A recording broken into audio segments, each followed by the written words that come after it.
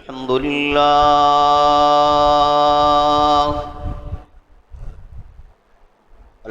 لله نحمده ونستعينه ونستغفره ونؤمن به ونتوكل عليه ونعوذ بالله من شرور أنفسنا ومن سيئات أعمالنا من يهده الله فلا مضل له ومن يضلل فلا هادي له وأشهد أن لا إله إلا الله وحده لا شريك له وأشهد أن محمدًا عبده ورسوله أرسله بالحق بشيرا ونذيرا وداعيا إلى الله بإذنه وسراجا منيرا أما بعد فإن خير الحديث كتاب الله وخير الهدي هدي محمد صلى الله عليه وسلم وشر الأمور محدثاتها وكل محدثة بدعة وكل بدعة ضلالة وكل ضلالة في النار من يطع الله ورسوله فقد رشد واهتدى ومن يعص الله ورسوله فقد ضل وغوى اللهم صل على محمد وعلى آل محمد كما صليت على إبراهيم وعلى آل إبراهيم إنك حميد مجيد اللهم بارك على محمد وعلى آل محمد كما باركت على إبراهيم وعلى آل إبراهيم إنك حميد مجيد أعوذ بالله السميع العليم من الشيطان الرجيم بسم الله الرحمن الرحيم فإن آمنوا بمثل ما آمنتم به فقد اهتدوا وإن تولوا فإنما هم في شقاق فسيكفيكهم الله وهو السميع العليم صبغة الله ومن أحسن من الله صبغة ونحن له عابدون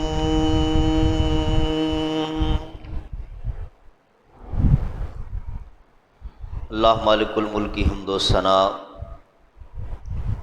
اسی کے لیے تعریفات، تسبیحات، کبریائی اور بزرگی جو اپنی ذات اور اپنی ایک ایک صفت میں بالکل اکیلا، منفرد، بے مثل اور بے مثال ہے۔ اللہ کی طرف سے، اللہ کے فرشتوں کی طرف سے اور ہم سب مسلمانوں کی طرف سے صلاۃ و سلام خاتم الانبیاء حضرت محمد مصطفیٰ صلی اللہ علیہ وسلم کی ذات اقدس پر، جو اللہ کے آخری نبی اور رسول بن کر مبعوث ہوئے، اپنے مالک کا پسندیدہ دین اسلام اور آخری سچا آسمانی صحیفہ قرآن پاک ہم تلک منون پہنچا کر اس دنیا سے رخصت ہو گئے۔ ترتیب کے لحاظ سے ہمیں تیسرے پارے کی دوسری آیت کی آج تفسیر بیان کرنا تھی، جو ہمارا تفسیر کا سلسلہ چل رہا ہے اس حوالے سے، لیکن آج محرم الحرام کی 9 تاریخ اور پھر کل 10 ہے۔ ان تاریخوں کی طرف جو واقعہ منسوب ہے اور پھر اس واقعے کی آڑ میں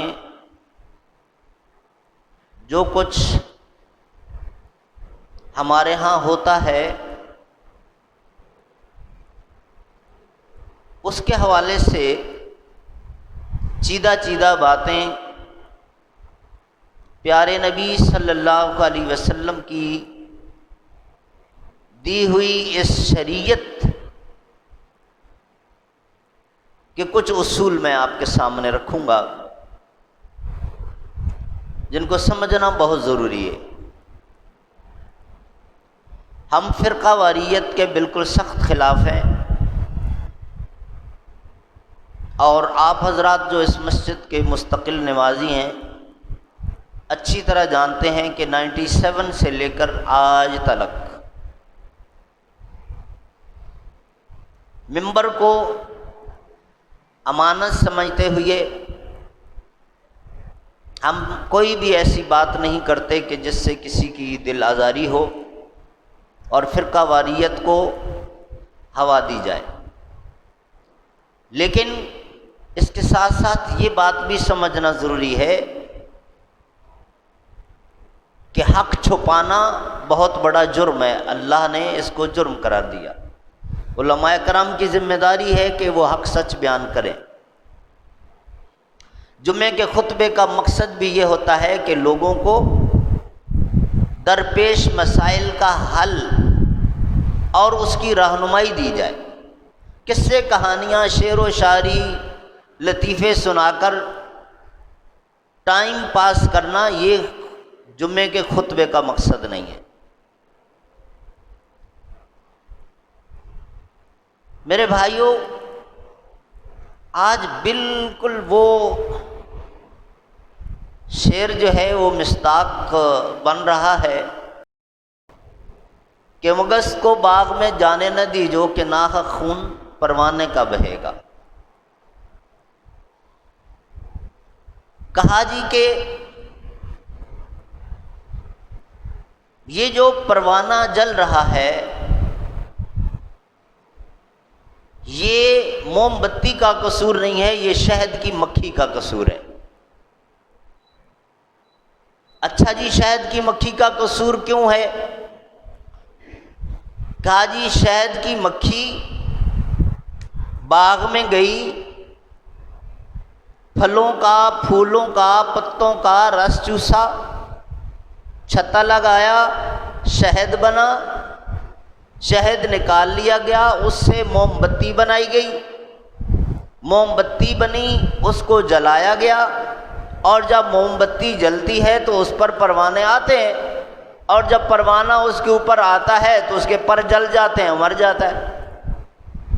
لہذا نہ شہد کی مکھی ہوتی، نہ وہ شہد لگاتی، نہ وہ موم بتی بنتی، اور نہ وہ جلتی، اور نہ پروانہ جلتا۔ سبحان اللہ۔ اب نواسۂ رسول حضرت حسین رضی اللہ تعالی عنہ کی شہادت کا دردناک جو واقعہ ہوا اس کا نام لے کر گالیاں دی جانے لگیں حضرت ابو بکر صدیق کو، حضرت عمر فاروق کو، حضرت عثمان کو، حضرت طلحہ کو، حضرت سعد بن ابی وقاص کو، اور تو اور رسول اللہ کی زوجہ مطہرہ حضرت عائشہ صدیقہ کو۔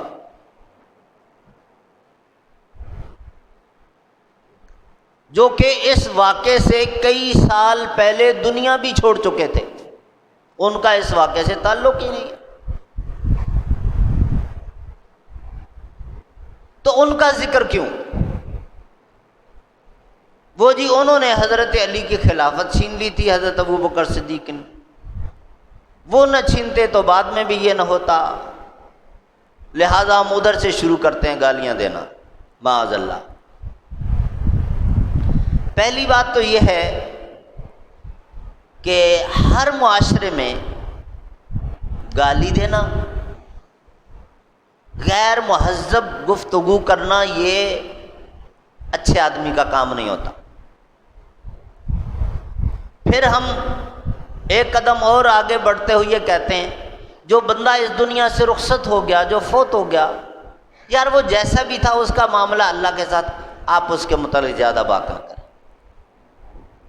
سب سنجیدہ سمجھدار لوگ یہی بات کرتے ہیں، حتیٰ کہ انگوٹھا چھاپ لوگ بھی یہی بات کرتے ہیں، یار جو بندہ مر گیا اس کا معاملہ اللہ کے پاس چلا گیا، اب اس کے متعلق بات نہ کرو۔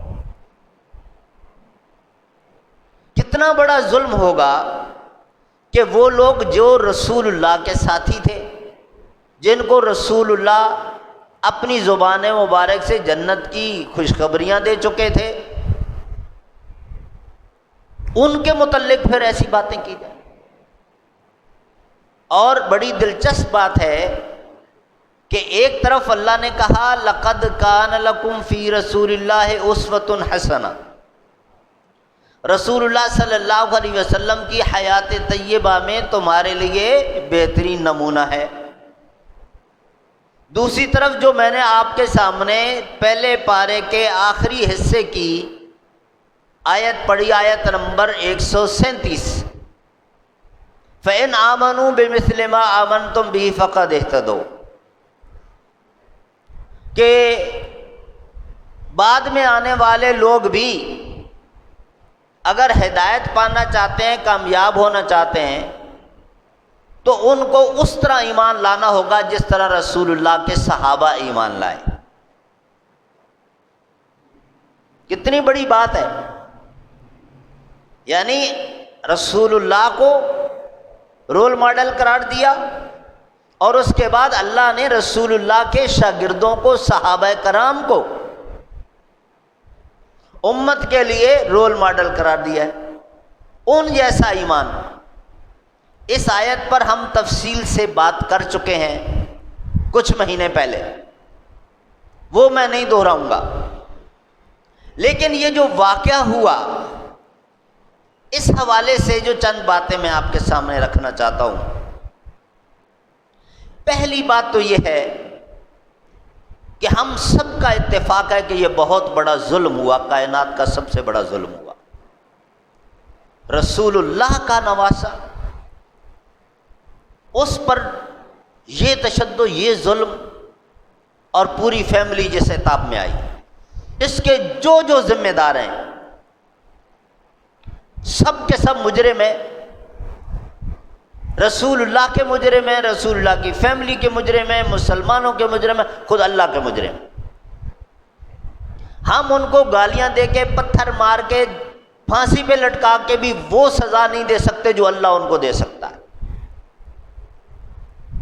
رب نے جب یہ فرما دیا کہ من قتل مؤمنا متعمدا فجزاؤہ جہنم، جس شخص نے کوئی ایک مومن بندہ ناحق قتل کر دیا، اس کا ٹھکانہ جہنم ہے۔ ایک مومن، ادنا سے ادنا مومن بھی ناحق قتل کر دیا تو اس کا ٹھکانہ جہنم ہے۔ حضرت حسین، حضرت حسن، مسلم ابن عقیل، وہ تو سارا خانوادہ، مومنوں کا سردار، مومنوں کا سربراہ، ان کو اگر کوئی ناحق قتل کرے گا تو ان کا ٹھکانہ کیسے جہنم نہیں بنے گا؟ لیکن بات یہ ہے کہ اس کا ذمہ دار کون ہے؟ یہاں پر آ کر جو تاریخ نے کھلواڑ کیا اور مسلمانوں کو آپس میں لڑایا، کلمہ گو مسلمانوں کو اصل ٹریک سے ہٹانے کی کوشش کی، اور ہم نادان دوست بنے، ہم نے سارے اصول ایک طرف کر دیے، تاریخ کی کتاب میں جو لکھا ہوا تھا اس کو مان کر ہلڑ بازی ساری کرنے لگ گئے۔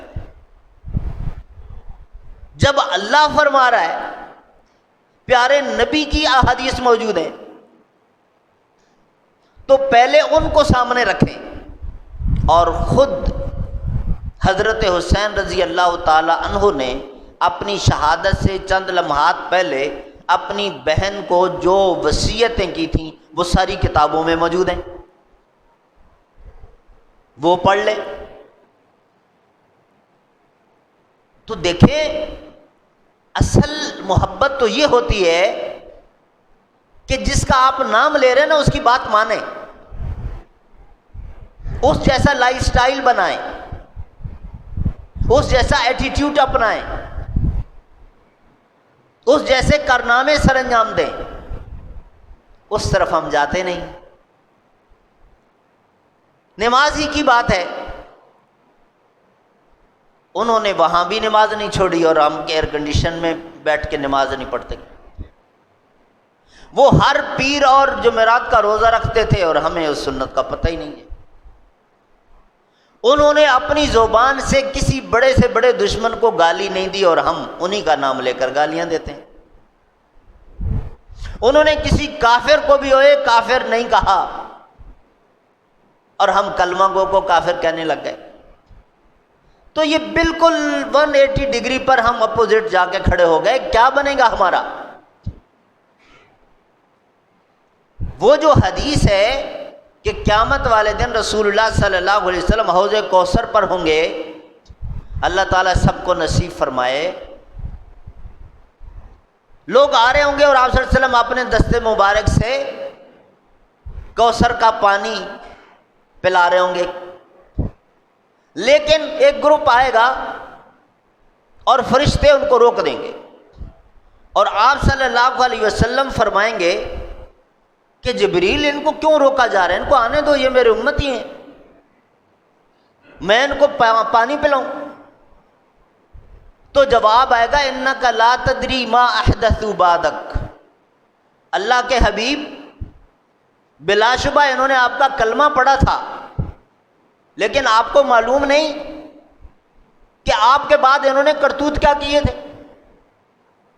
بس یہ کلمے والے مسلمان اور ختنے والے مسلمان تھے، باقی ان کی کوئی چیز آپ کے ساتھ میچ نہیں کرتی، لہذا ان کو، اور کتنی بڑی محرومی ہوگی کہ رسول اللہ کے دست مبارک سے یہی بات کہ اگر حضرت حسین نے ہمیں پہچاننے سے انکار کر دیا کہ ہم نہیں جانتے تمہیں، ہماری کون سی بات تم نے مانی تھی، پھر کیا بنے گا؟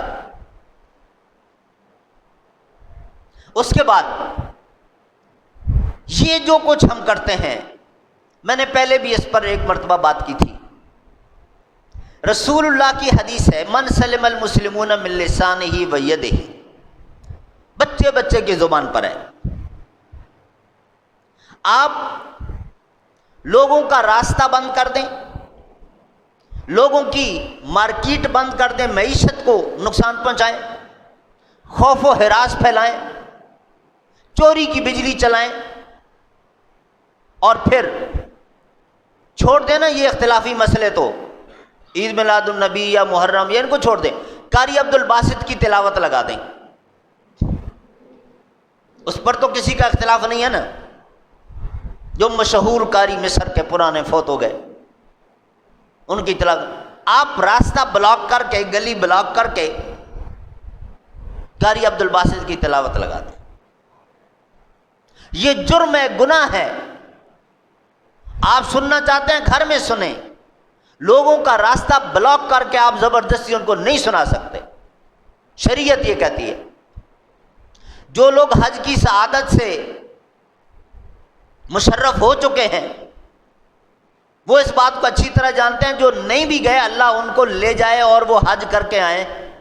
یہ مسئلہ پڑھیں گے، علماء کرام سے سنیں گے کہ حجر اسود کو چومنا سنت ہے طواف کرتے ہوئے، لیکن جس نبی نے حجر اسود کو چومنا سنت قرار دیا، اسی نبی نے اپنی اسی سچی زبان سے یہ بھی فرما دیا کہ اگر دھینگا مشتی ہو رہی ہو، دھکم پیل ہو رہا ہو، مسلمانوں کو تکلیف پہنچ رہی ہو، تو پھر تم حجر اسود کو نہیں چومو گے، یہ سنت چھوڑ دو گے، لیکن مسلمانوں کو تکلیف نہیں پہنچنی چاہیے۔ اشارہ کر کے آگے چلے جاؤ۔ جو چیز عبادت ہے، جس کو رسول اللہ عبادت قرار دے چکے ہیں، اس میں اگر مسلمانوں کو تکلیف پہنچ رہی ہو، وہ منع ہو گئی، اس سے روک دیا گیا، اور جس کا اس وقت وجود ہی نہیں تھا، بعد میں ایک چیز آئی ہے، اس کو تو عبادت آپ کہہ ہی نہیں سکتے نا۔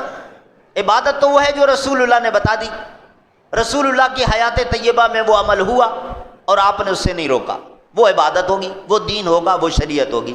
جو رسول اللہ کی وفات کے بعد ہوا، وہ کتنا ہی اچھے سے اچھا عمل کیوں نہ ہو، اس کو آپ دین، اسلام، شریعت، عبادت کا درجہ نہیں دے سکتے۔ یہ اصول ہے، یہ اللہ کا اصول ہے، ہمارا بنایا ہوا نہیں ہے۔ اب اگر آپ تلاوت کے نام پہ، محفل میلاد کے نام پہ، محرم الحرام کے نام پہ آپ گلی بند کر دیں، لوگوں کا راستہ بند کر دیں، تو وہ عبادت کیسے ہوگی؟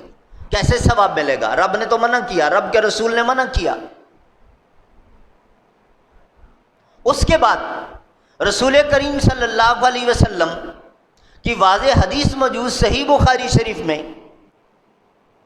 کہ من نظر لغیر اللہ فقد اشرک، نظر و نیاز صرف اللہ کے نام کی ہوگی، جو اس پوری کائنات کا خالق اور مالک ہے، قسم صرف اللہ کے نام کی ہوگی، کسی اور کی نہیں قسم کھا سکتے، اور جس نے ایسا کیا فقد اشرک، اللہ کے کسی ایک حق میں کسی دوسرے شخص کو، وہ نبی کیوں نہ ہو، فرشتہ کیوں نہ ہو، جبریل امین، اگر اس کو شریک ٹھہرایا، مشرک، شرک ہے۔ ایک بندہ اللہ کو چھوڑ کے گائے کو پوجتا ہے، آپ سارے اس کو مشرک اور کافر مانتے ہو نا۔ ایک بندہ اللہ کو چھوڑ کے کسی بت کو سجدہ کرتا ہے، اس کو بھی ساری دنیا کافر کہتی ہے، مشرک کہتی ہے۔ بالکل اسی طرح اگر ایک شخص اللہ کو چھوڑ کر جبریل امین فرشتے کی پوجا کرنے لگ جائے، وہ بھی مشرک ہے۔ اللہ کو چھوڑ کر کسی نبی کی پوجا شروع کر دے، وہ بھی مشرک ہے۔ عبادت اللہ کی ہوگی، طریقہ نبی کا ہوگا، یہ ہے فرق۔ طریقہ آپ اپنا نہیں لائیں گے، اپنے مولوی صاحب کا نہیں لائیں گے، کسی اور بڑے صاحب کا نہیں لائیں گے، طریقہ رسول اللہ کا ہوگا، لیکن عبادت رسول اللہ کی نہیں ہوگی، عبادت اللہ کی ہوگی۔ قسم اللہ کے نام کی کھائی جائے گی، رسول اللہ کے نام کی نہیں کھائی جائے گی۔ نظر و نیاز اللہ کے نام کی ہوگی، رسول اللہ کے نام کی نہیں ہوگی۔ اصول دے دیا شریعت۔ تو اب دیکھیں، یہاں گلیوں میں آئیں گے آپ سے مانگنے کے لیے نیاز حسین، 2 4 10 روپے 100 روپے کی بات نہیں کر رہا ہوں میرے بھائیوں، سب سے پہلے عقیدہ ہے۔ اگر اپنی نمازیں، اپنا صدقہ خیرات، اپنی اور اچھائیاں اللہ کے ہاں ویلیویبل کروانا چاہتے ہیں کہ ان کی قیمت لگ جائے، قبول ہو جائیں، تو پھر سب سے پہلے عقیدہ درست کرنا ہے۔ اور عقیدے میں اگر کہیں شرک آ گیا، شرکیہ کوئی حرکت کی، سب عمل کراس ہو جائے گا۔ یہ اتنا نازک مسئلہ ہے۔ اس کے بعد یہ جو میں نے کہا کہ راستے بلاک، خوف و ہراس، اکانومی تباہ، میرے بھائیوں سمجھنے کی ضرورت ہے۔ شریعت اس کی نہیں دیتی اجازت، آپ حیران ہو جائیں گے۔ عید الفطر اور عید الاضحیٰ، اس دن کی بھی سرکاری طور پر چھٹی کا کوئی اسلام میں کنسپٹ نہیں ہے۔ اسلام نے پابند نہیں کیا ہے مسلم حکمران کو کہ آپ عید الفطر کو چھٹی دو گے پوری پبلک کو، قربانی والے دن پوری پبلک کو چھٹی دو گے، بالکل نہیں پابند کیا ہے۔ حکمران دے، اس کی مرضی، نہ دے ڈیوٹی پہ رکھے، نماز عید پڑھنے کے بعد یا قربانی کرنے کے بعد اپنے کام کرنے۔ اب ٹھیک ہے، ایک ٹرینڈ چلا آ رہا ہے چھٹی کا، اچھی بات ہے، ایک طرف ملک کی معیشت کا یہ حال، دوسری طرف آئے روز ہم چھٹیاں، آئے روز نئی سی نئی چھٹیاں. تو اس طرح صرف ایک شہید نہیں ہے، یہ 360 دن آپ کے کم پڑ جائیں گے. ڈیلی بیسس پہ 20 شہید آپ کو ملیں گے جو آپ کی تاریخ میں جن لوگوں نے قربانیاں دی ہوئی ہیں. ہر ایک کا دن پھر سیلیبریٹ کرو، پھر کام کب کرو گے؟ نہ شریعت نے یہ دیا ہے. 3 دن سے زیادہ تعزیت سے بھی منع کر دیا، اور وہ بھی اس عورت کے لیے، اور پھر اس کی عدت مقرر کر دی بیوہ کی 4 مہینے 10 دن. عام لوگوں کے لیے تو یہ ہم نے رواج بنایا ہے کہ جنازہ پڑھنے کے بعد جا کر میت کے گھر میں بیٹھ جاتے ہیں، بریانی ضرور کھا کے جانی ہے. میزبان جن کی میت ہوئی ہے وہ اس معاملے میں بھی پریشان ہوں گے، اتنے بندے ہیں، اتنی دیگیں لانی پڑیں گی، پیسے اتنے ہیں، اتنے نہیں ہیں، فلاں سے پکڑو فلاں سے پکڑو. ہم اپنا حق سمجھ رہے ہوتے ہیں، اور 3 دن تک جو ہے وہ راستہ بند کر کے ٹینٹ لگا کے بیٹھے. کیا جی میت ہو گئی جی، بڑے آرام سے میت ہو گئی جی، شادی ہو رہی ہے جی. پتہ نہیں یہ باتیں آپ حضرات کو شاید بری لگیں، کیونکہ عام طور پہ علماء کرام بتاتی نہیں ہیں. جیسا دیس ویسا بھیس، بھیڑ چال چلی جا رہی ہے. لیکن اس چیز کو سمجھنا ضروری ہے. اور آج تعلیم یافتہ طبقہ ہمارا بچہ اگر تھوڑا سا غور کرے، یہ کامن سینس کی باتیں ہیں. آپ کوئی بھی چیز سیلیبریٹ کرتے ہو، وہ پیارے نبی صلی اللہ علیہ وسلم کا دن ہو، یوم حسین ہو، کچھ بھی ہو، میں اس پر کوئی فتویٰ نہیں لگاتا ہوں، میرا اپنا ایک مزاج ہے. لیکن میں کہتا ہوں کہ آپ اس کو دین شریعت نہیں بنا سکتے، وہ درجہ نہ دو. وہ آپ نہیں کہہ سکتے کہ شریعت وہ چیز دی ہو رسول اللہ صلی اللہ علیہ وسلم کی حیات طیبہ تک تھی، اس کے بعد جو چیز آئی ہے وہ شریعت نہیں، اس کو شریعت کا درجہ نہیں دے سکتے. اگر کوئی نہیں کر رہا اس پر آپ فتویٰ نہیں لگا سکتے. اگر کوئی کر رہا ہے تو اس کو پھر یہ سمجھنا ہوگا کہ بھولا ہوا سبق یاد کرے. مثلا آپ عید میلاد النبی یا سیرت النبی صلی اللہ علیہ وسلم کا جلسہ کرتے ہیں، اس لیے کرتے ہیں اور اس پروگرام میں یہ کرتے ہیں کہ ہم ڈیلی لائف میں رسول اللہ صلی اللہ علیہ وسلم کی جن سنتوں کو چھوڑ بیٹھے ہیں وہ یاد کروائی جائیں. علماء کرام وہ بتائیں کہ بھائی رسول اللہ صلی اللہ علیہ وسلم یہ عمل کیا کرتے تھے. تو اس کا تو کوئی بالکل فائدہ ہے. اسی طرح حضرت حسین کا دن یا کسی اور بڑے کا دن اگر اس لیے کہ ان کی دی ہوئی تعلیمات کو ذرا سامنے رکھیں اور اپنے گریبان میں جھانکیں کہ میں ان کے کتنے قریب ہوں عملی طور پر، پھر کوئی حرج نہیں ہے. لیکن اس چیز کا خیال رکھیں کہ اگر آپ کے کسی بھی اس تقریب سے، فنکشن سے لوگ، عوام، وہ مسلمان نہیں کافر ہی کیوں نہ ہو، آپ کے پڑوس میں تو کرسچین بھی رہتے ہیں، یہ بھی اللہ کی مخلوق ہے، یہ بھی انسان ہیں، یہ بھی اشرف المخلوقات ہیں. ان کے حقوق بھی اگر آپ غصب کریں گے، ان کا راستہ بھی اگر روکیں گے، ان کو بھی اگر آپ تکلیف پہنچائیں گے، ان کی جان مال عزت کے بھی اگر درپے ہوں گے، اسی طرح مجرم ہے. نہیں اجازت، ان کے لیے بھی امن کا پیغام بنے. تو یہ تو ہماری تو شریعت اس طرح صاف ستھری ہے. لہذا جو یہ واقعہ ہوا اس کی بنیاد پر صحابہ کرام کو، رسول اللہ کی بیویوں کو جب برا بھلا کہنے لگ گئے لوگ، تو اس سے خدا کے لیے اپنے آپ کو بچائیں، اپنی اولاد کو بچائیں، اپنا عقیدہ درست رکھیں. کسی صحابی کے متعلق، رسول اللہ کی کسی فیملی ممبر کے متعلق کوئی نازیبا الفاظ مسلمان کو زیب نہیں دے گا. اہل بیت ہوں، رسول اللہ کا ایک ایک صحابی ہو، سب کا احترام، سب کی عزت، سب سے محبت، یہ اسلام ہے.